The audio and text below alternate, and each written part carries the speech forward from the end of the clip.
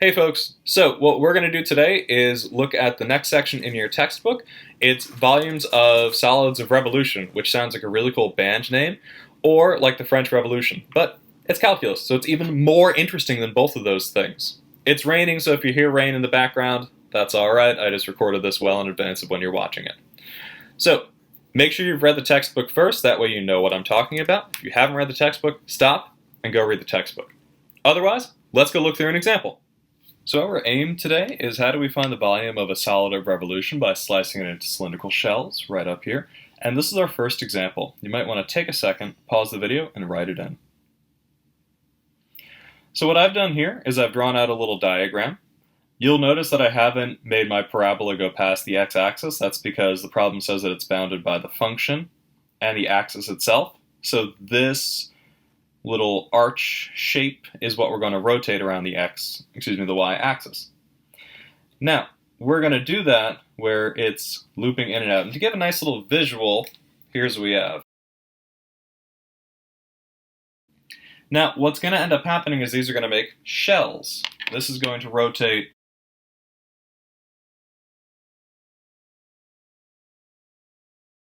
particular example, the first and last shell have the same height, that's alright. And we could, if we want to, draw our parabola out to here too. So it's kind of like a weird shape. It actually looks like this.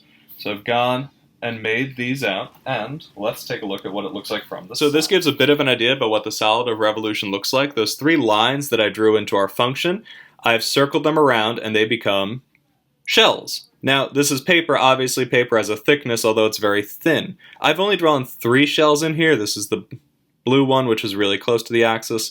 This is the orange one, which is at x equal to 1. This is the black one, which is at x equal to 1.5.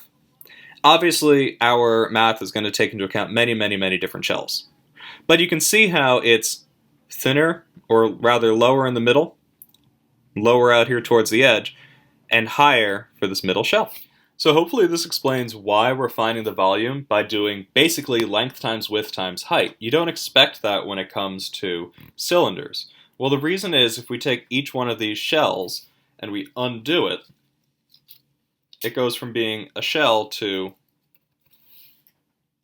a rectangle. Technically a rectangular prism. It has a length which is given by the circumference. It has a height which is given in our case by y. And it does have a width. This is a three-dimensional thing. So even though, for instance, paper is very thin, it's still three-dimensional. It does have a width. And that's our dx that we're going to be using. Now, we have that for all of these, and then for all of the shells we're going to be using, which is why our shells use the formula for rectangular prisms. So you know from your reading that to find the volume we need 3 things. The circumference, the height, and the thickness. We're going to find them each using the formulas and then translate the formulas all into one variable. So circumference, we know the formula for circumference is 2 pi r. Well, here the radius of each shell is just given by the x value. So this is just 2 pi x. Well, height's a nice easy one. It's normally just h. And the height of each shell here is just the y coordinate. So it's just y. Now, we want that in one variable. So h is equal to y. But this doesn't have y, so I want to turn this into x. I can do it using this formula. Y is equal to 2x minus x squared. So that's just 2x minus x squared. Last but not least, we want the thickness. And the thickness of each one of these is just determined by dx. Now that's nice because it's already in terms of x. Now we want to just set up our integral. Well, our integral here, we need our bounds for it. And that's found from 0 to 2.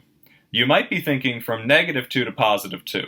We're not going to do it from negative 2 to positive 2 because our original shape before we rotate is from 0 to 2. That's where the function intersects the axis. So it's going to be 0 to 2.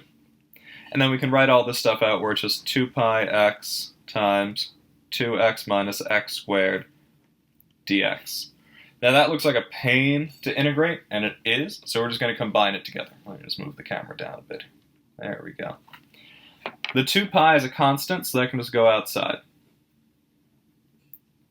And then the x can just multiply by everything else in here, so we're just going to have 2x squared minus x to the third dx. Nice, easy function which we're going to integrate.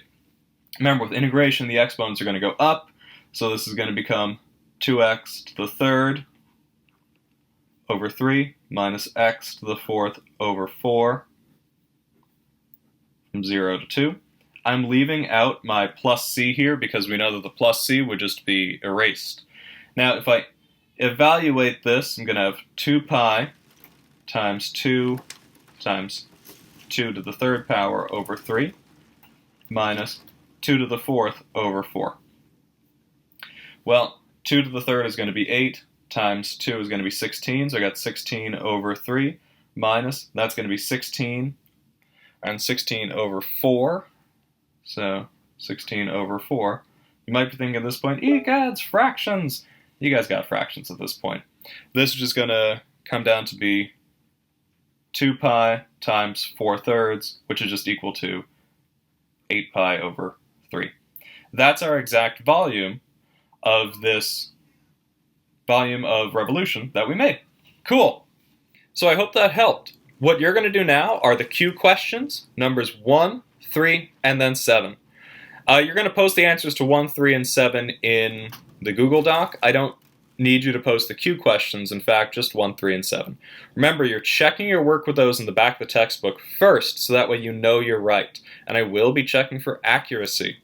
So please post them. Those of you posting in the Google Doc, could you rotate it so I don't have to rotate 28 different ones, please? Okay, thanks. Have a great day, folks. Stay safe, and I'll talk at you soon.